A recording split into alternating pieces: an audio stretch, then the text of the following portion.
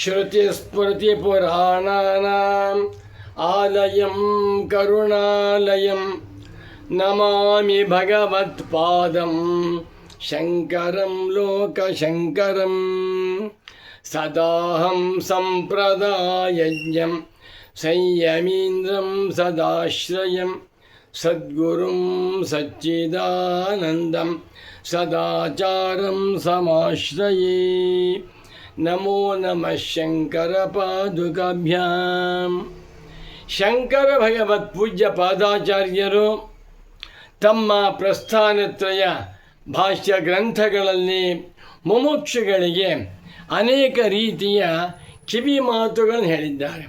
ಒಂದು ಕಿವಿ ಮಾತು, ಈ ಮನುಷ್ಯ ಲೋಕದಲ್ಲಿಯೇ ಮಾನವರು ಆತ್ಮಜ್ಞಾನಕ್ಕಾಗಿ ಪ್ರಯತ್ನವನ್ನು ಮಾಡಬೇಕು.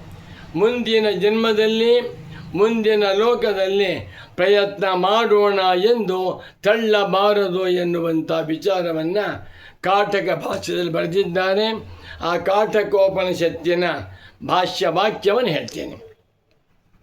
ಸ ಚ ಬ್ರಹ್ಮಲೋಕಃ ದುಷ್ಪ್ರಾಪಃ ಅತ್ಯಂತ ವಿಶಿಷ್ಟ ಕರ್ಮಜ್ಞಾನ ಸಾಧ್ಯತ್ವಾತ್ ತಸ್ಮಾತ್ ಆತ್ಮದರ್ಶನಾಯ ಇಹೈವ ಅಸ್ಮಿನ್ನೇವ ಮನುಷ್ಯಲೋಕೆ ಯತ್ನಃ ಕರ್ತವ್ಯಃ.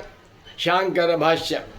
ಬ್ರಹ್ಮಲೋಕಕ್ಕೆ ಹೋದರೆ ಬ್ರಹ್ಮಲೋಕದಲ್ಲಿ ಆತ್ಮಾನಾತ್ಮ ವಿವೇಕವು ಕತ್ತಲೆ ಬೆಳಕಿನಿಂದ ಸುಸ್ಪಷ್ಟವಾಗಿ ಗೊತ್ತಾಗತ್ತೆ. ಆದರೆ ಆ ಬ್ರಹ್ಮಲೋಕ ಸಿಕ್ಕಬೇಕಲ್ಲ. ಸಜ ಬ್ರಹ್ಮಲೋಕ ದುಷ್ಪ್ರಾಪ. ಮಾನವರಿಗೆ ಬ್ರಹ್ಮಲೋಕ ಪ್ರಾಪ್ತಿಯಾಗುವಂತಹದ್ದು ತುಂಬ ಕಷ್ಟ. ಯಾಕೆ? ಅತ್ಯಂತ ವಿಶಿಷ್ಟ ಕರ್ಮಜ್ಞಾನ ಸಾಧ್ಯತ್ವಾತ್. ಬ್ರಹ್ಮಲೋಕ ಪ್ರಾಪ್ತಿಯಾಗಬೇಕಾದರೆ ಶಾಸ್ತ್ರೋಕ್ತವಾದ ಕರ್ಮಗಳನ್ನು ಹಿರಣ್ಯಗರ್ಭೋಪಾಸನೆಯನ್ನು ಮಾಡಬೇಕು. ಅದೆಲ್ಲರಿಗೂ ಸಾಧ್ಯವಿಲ್ಲ. ಬ್ರಹ್ಮಲೋಕದ ಆಶೆಯನ್ನು ಕೈಬಿಟ್ಟು ಸ್ವರ್ಗಲೋಕದ ಆಶೆಯನ್ನು ಕೈಬಿಟ್ಟು ಆತ್ಮದರ್ಶನಾಯ ಆತ್ಮನನ್ನು ಕಾಣುವುದಕ್ಕೆ ಆತ್ಮಾವಾರೆ ದ್ರಷ್ಟವ್ಯ ಶ್ರೋತವ್ಯೋ ಮಂತವ್ಯೋ ನಿಧಿಧ್ಯಾಸಿತವ್ಯ. ಆತ್ಮನನ್ನು ಕಾಣಬೇಕು. ಹೇಗೆ? ಆತ್ಮಜ್ಞಾನದ ಶ್ರವಣ ಮನನ ನಿಧಿಧ್ಯಾಸನಗಳನ್ನು ಮಾಡುತ್ತಾ ಆತ್ಮದರ್ಶನವನ್ನು ಮಾಡಬೇಕು. ಎಲ್ಲಿ? ಇಹೈವ, ಈ ಜನ್ಮದಲ್ಲಿಯೇ ನಮಗೆ ಭಗವಂತನು ಈ ಮಾನವ ಶರೀರವನ್ನು ಕೊಟ್ಟಿದ್ದಾನೆ.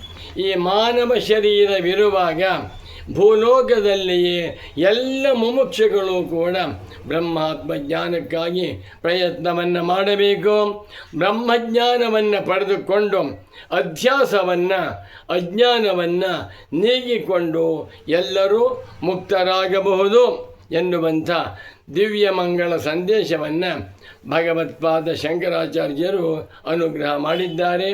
ಅವರ ಅನುಗ್ರಹದಿಂದ ಎಲ್ಲ ಮುಮುಕ್ಷ ಸಾಧಕರು ಈ ಮಾನವ ಜನ್ಮದಲ್ಲಿಯೇ ಬ್ರಹ್ಮಜ್ಞಾನಕ್ಕಾಗಿ ಪ್ರಯತ್ನ ಮಾಡೋಣ ಅಂತ ತಿಳಿಸುತ್ತಾ ಈ ಕಾರ್ಯಕ್ರಮವನ್ನು ಸಂಪನ್ನಗೊಳಿಸುತ್ತಿದ್ದೇನೆ. ನಮೋ ನಮಃ ಶಂಕರ ಪಾದುಕಾಭ್ಯಾಂ.